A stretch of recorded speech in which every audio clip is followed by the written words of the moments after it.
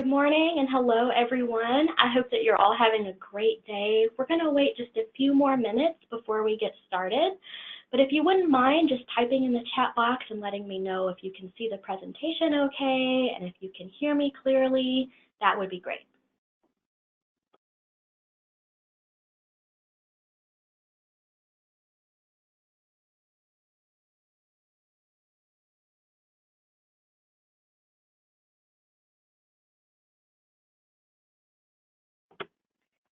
Thank you all. I appreciate it. I just want to make sure that everything is clear before we get started.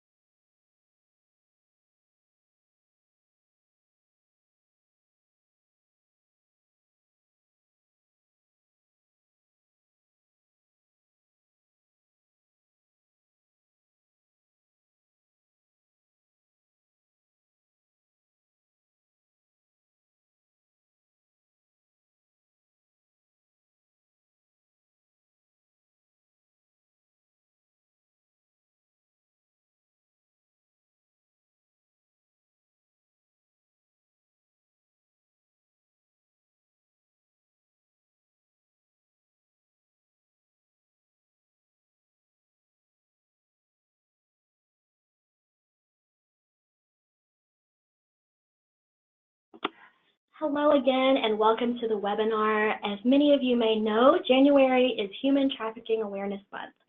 So this month we're dedicating 2 webinars to trafficking-related issues. Today we're going to be talking about foster youth and human trafficking and the reasons that youth in foster care are so disproportionately affected. Next week we'll be talking about human trafficking in families, so be sure to register for that as well. But first, just a little bit about me. My name is Carissa. I'm a program coordinator here at the Coalition. And before my role here, I spent some time working with a therapeutic foster care agency, and I was employed with an anti-trafficking organization for around 5 years. So the intersection of these topics is something that I am very passionate about. And the first thing that I'd like to do then is just get a level set on what we are and are not talking about today when we say human trafficking.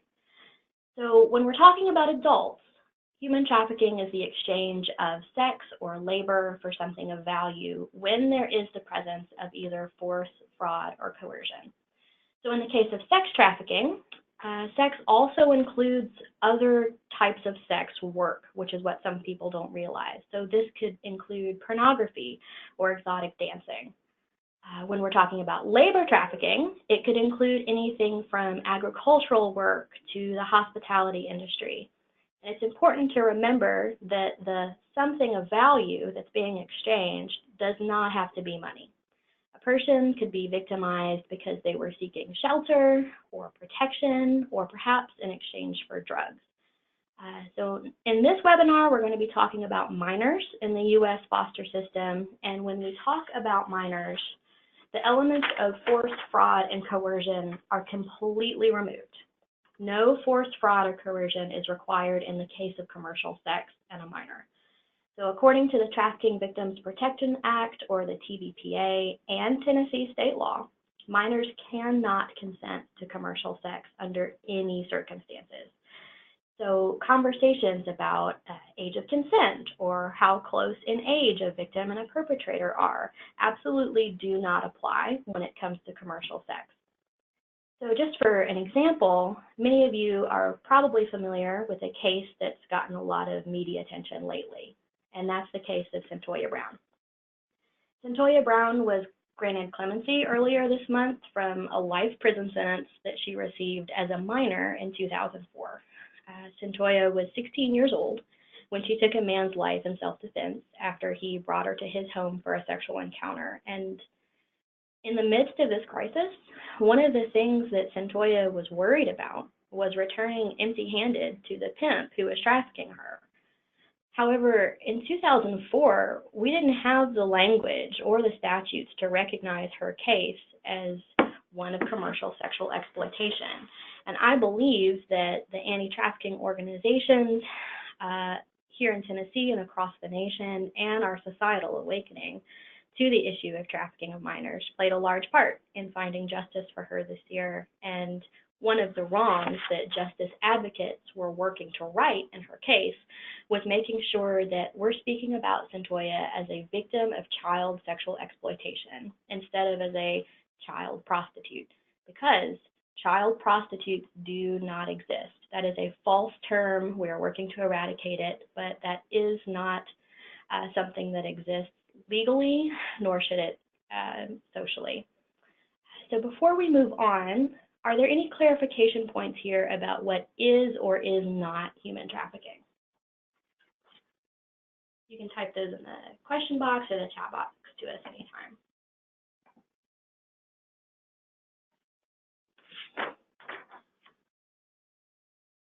Okay. So just to set the stage, I wanted to share some statistics about the demographics of foster youth in general. Foster youth experience mental health concerns at 4 times the percentage of their peers who are not child welfare involved. And racial and ethnic minorities are largely overrepresented in the foster care system across the U.S. as well.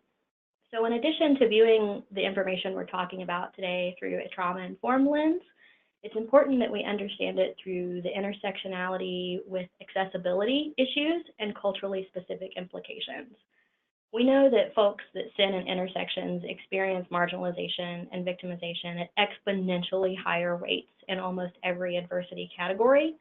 So those absolutely need to be considered in the context of minors even getting to foster care in the first place.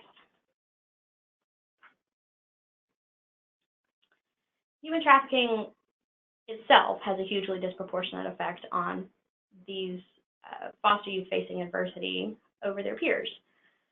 In 2014, 130 victims of sex trafficking were identified in Connecticut, and 98% of them identified had child welfare involvement. In 2013, 60% of the youth rescued in an FBI nationwide raid were missing from foster care or group homes. And a little further back, an academic study of 2,200 child victims of trafficking revealed that 75% of the rescued youth had been in foster care. So if you're like me, when you hear this, you might be thinking, what? How? Youth in foster care are perhaps some of the most monitored humans on the planet. Between their caseworkers and their social workers and service providers and all of the paperwork involved with tracking and keeping up with youth in foster care, how is it possible that human trafficking could even happen in the midst of that? And the answer is, human trafficking does not happen because a child or youth is in foster care. It happens because of the vulnerabilities and risk factors that put that child there in the first place and continue to compound as they change placements and get further entangled into the foster care system. So we'll be talking about the 5 key reasons that this happens, and the first is neglect and abuse. So according to the U.S. Department of Health and Human Services, most children are in foster care because of neglect. Sometimes we believe the myth that kids are in foster care specifically because of abuse or because they were bad kids. But we know this isn't true. Most children who are in foster care are there because of caregiver neglect. And traffickers invest time and money and energy into making potential victims feel attractive and valued and special in a process called grooming. Traffickers groom victims by purchasing gifts and giving affirmations that youth long to hear. You're beautiful, or you should model, or let me buy this for you, are phrases that abused and neglected youth may not have ever heard before in their lifetimes. Grooming can also look a little differently. It could look like peer relationship building, and we see that most on social media. Traffickers can see posts where a youth is blowing off steam. Maybe they're complaining about a caregiver or giving identifying information about themselves that they may be vulnerable. The trafficker sees this and will pose as a peer and send direct messages offering support. Yeah, My dad is always blowing up at me too. Yeah, my parents are always mad.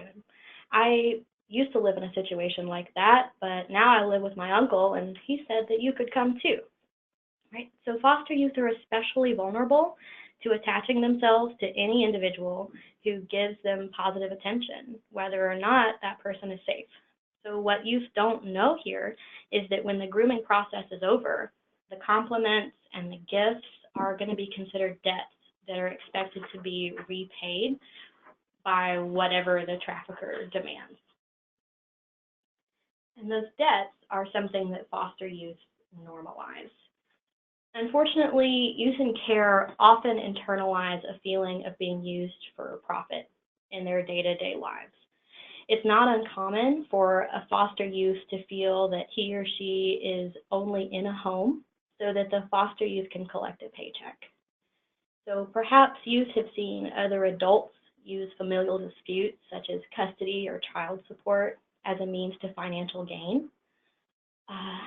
And therefore, when a trafficker starts treating this youth the same way, it feels normal. It's assumed to be the way the world works. It feels like what is supposed to happen to them. Safe people are assumed to be unsafe because of the fractured safety nets that exist in their lives.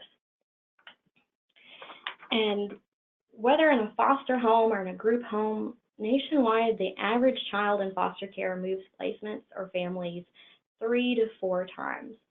And what we know about child development is that every time there's a disruption and a move, a child loses about 6 months of their emotional and intellectual development, and that takes time to rebuild. So if you think about a youth who's been moved 3 or 4 times and they've lost 6 months of development every time, it's easy to see how a 16-year-old youth may actually be functioning at a 12-year-old level because of the trauma that they've faced. And these instability and broken attachments with foster families and peers and caseworkers create further vulnerabilities to human trafficking. So when a child or youth does not have a strong safety net of adults to confide in with questions or concerns, the youth may not reach out at all. Likewise, with frequent moves, sometimes across the state to find a placement that is appropriate for that child, a youth in care likely hasn't had many adults in their life long enough for them to recognize when that child starts to display signs of trouble, like a change in behavior or in the types of friends that they keep, because they don't know what's normal for that child. Instead, it becomes easy just to lump in troubled behavior into being a bad kid, into fitting that myth and stereotype about what youth in foster care are or how they behave. And connected to these broken safety nets is a longing for a family. Traffickers create a distorted definition of the family that a youth longs for.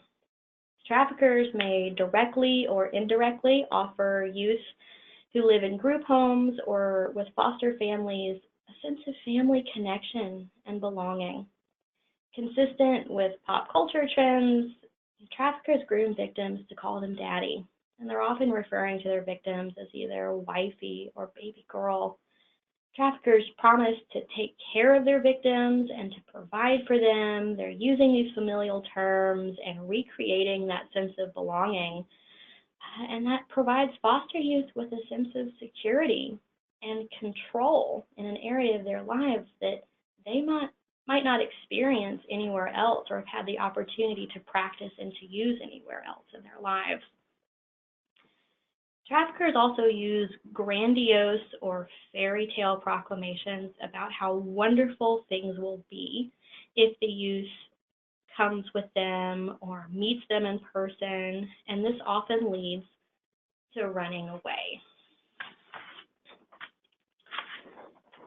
Youth in care in Tennessee have a 36% runaway rate. So what this means is slightly more than 1 in 3 kids who's placed in foster care in Tennessee will run away at least one time. These are the youth who are easiest to move between cities because they need a place to stay. They need food to eat.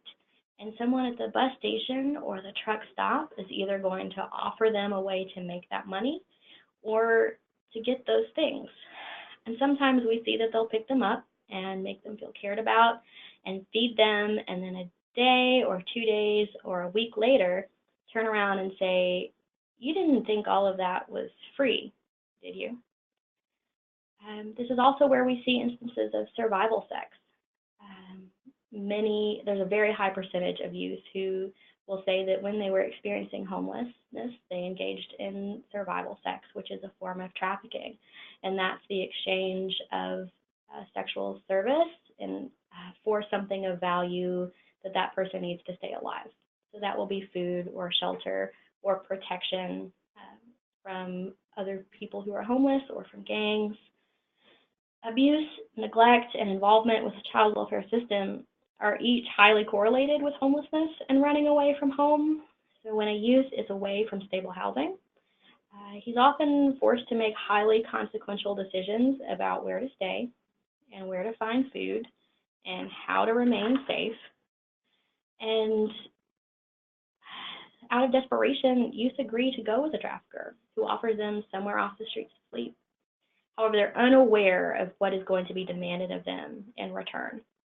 So if you're interested in hearing some firsthand perspectives on aging out and homelessness, there's a 3-part PBS documentary titled The Day I Age Out.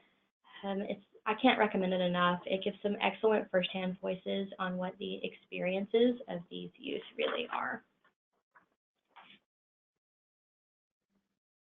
So our topic today has kind of been the view from 10,000 feet. These are the risk factors and the reasons that research tell us foster youth are particularly vulnerable. However, the good news is that many of the solutions are actually just enhancements that service providers can make to their existing services. So I wanted to just list a few ideas here, but if you're passionate about this and you'd like to talk further, please know I'm available to talk with you, particularly to dig in at any time. But the first thing I can recommend that you do is to get trained. Have your staff fully able to identify human trafficking indicators in both minors and adults, and also trained on how to report it. The Tennessee Human Trafficking Hotline is a resource to both we service providers and to victims, and there are so many amazing training resources available to you here in Tennessee that can equip your staff for free with all of this information and equip them on how to execute a plan for when this does present. I'm happy to connect you to those if needed. The next thing that I recommend is that you partner with foster care providers in your area on training and outreach and awareness. Can you cross-train with or for foster parents? Can you equip case managers for foster parents or foster youth with resources from your agency about what to look for? Do you have the Human Trafficking Hotline as part of your existing outreach materials? You can either put the Tennessee hotline or the national hotline. It's very easy to remember for folks. It's 888-3737-888. That's something you could easily print in the stuff that you're already distributing. The foster care services folks that I worked with and that I know were eager to partner with folks in this area, and they would certainly make a way if you were able to reach out. And then lastly, do you have methods of screening for human trafficking as part of your intake with sexual assault or domestic violence? When I was focused on anti-trafficking work, I very rarely met someone who self-identified as a trafficking victim. They may self-select under incest or perhaps as a rape survivor, but where you are able to make those identifications, it could open up the door to funding and services even decades after the event for the survivor. So I encourage you to take a view of ruling human trafficking out instead of ruling it in, whether you're talking about minors or adults. Just because the trafficking situation happened when the person was a minor does not disqualify them from quite a few services and funding sources after they've turned 18, after they're adults. So do try and make those identifications wherever it's appropriate and safe for you to do so. And I know that was quick, but that's actually all I have for you today on the 5 reasons that foster youth become human trafficking victims. I hope you found this helpful and informative, and I'd like to open the floor up for questions. If you'll just type into the chat box on the side, I'm happy to answer whatever I can for you. And while you're doing that, I'll just make another plug for the webinar we have coming up next week. That we'll be talking about human trafficking in families. We also have another upcoming webinar on the 30th about safety planning, which will be a great webinar by Nathan here at the Coalition. Be very helpful to all of the hotline folks. We'll just give one more moment for questions.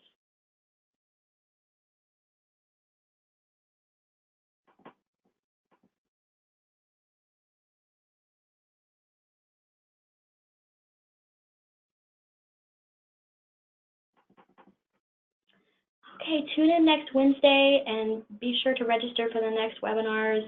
When you close out, you should see an evaluation screen. I would just ask that you would fill that out if you have the time today. Those evaluations are very helpful to us. They help us to learn more about what you'd like to see and how we can be helpful to you.